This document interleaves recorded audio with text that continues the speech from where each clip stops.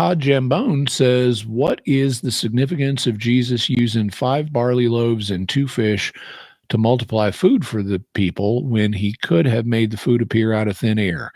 Well, I would assume that it's an illustration of, I mean, it is a miracle, but I would say it's an illustration of the way that God can work miracles in using human elements. And this is something we see elsewhere, like when Jesus makes mud and puts it on people's eyes to heal their eyes.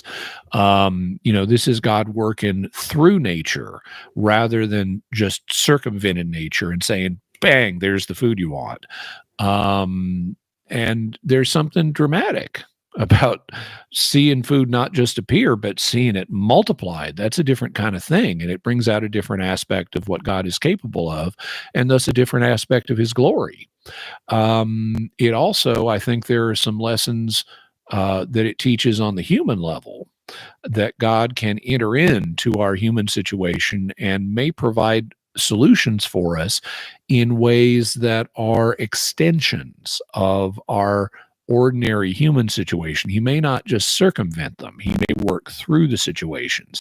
Just like in this case, he didn't just make the needed food appear. He took existing food and multiplied it. And so he entered into this situation to provide the solution in a miraculous way. And God may do the same thing for us in other ways. We may have a need, and rather than giving us a dramatic, overt, bang, here's the solution, God may enter in to what we currently have and work with that to get us where we need to be in a miraculous but different way.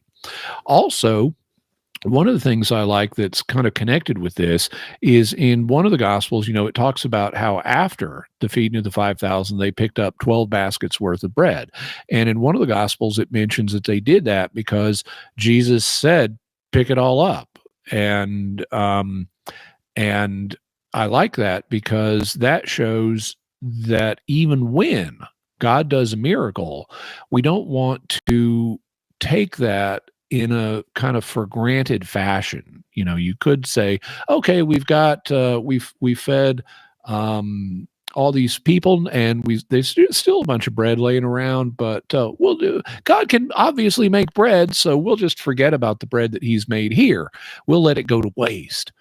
And I like the fact Jesus said, no, don't let it go to waste. God made this. Let's pick it up and use it. And so I like that attitude of not just taking future miracles for granted, but when God has given you a miracle or a resource, whether he gave it to you miraculously or not, don't waste it. Use it thriftily. Use the benefits that God has given you. And so I think there's kind of a message on the backside of the miraculous feed-ins as well. And that includes the feeding of the 4,000, where they also collected a bunch of baskets worth of food afterwards. And before we go, don't forget to like, comment, share the podcast with others, and subscribe. When you subscribe, hit the bell notification so you always get notified whenever I have a new video. Thank you, and God bless you.